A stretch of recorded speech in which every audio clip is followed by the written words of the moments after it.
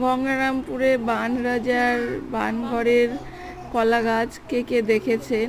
এই যে এই 4টে কলা গাছ পাথরের, আগে নাকি রাজাদের বিয়ে হতো এই কলা গাছ দিয়েই।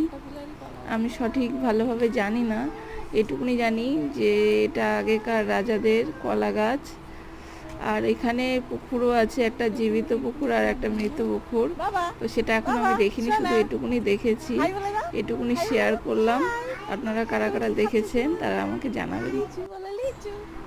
আপনারা অবশ্যই গঙ্গারামপুরে আসবেন, এসে বানগড়টা ঘুরে দেখবেন। অনেক কিছুই আছে দেখার, কিন্তু আগেকার মতো নেই। যতটা আছে ততটাই দেখবেন এবং জানবেন, বাচ্চা কাচ্চাকেও জানাবেন। দেখুন ওরা কিভাবে কলা গাছ ধরছে। আমরাও এসেছিলাম এখানে দরকারে, তো ওখানে খুব ভিড়, ওই জন্য এখানে এলাম, একটু দেখেই যাই কলা গাছগুলো। এরাও এসছে আমাদের সঙ্গে, এরাও দেখছে। কিছুই নাই।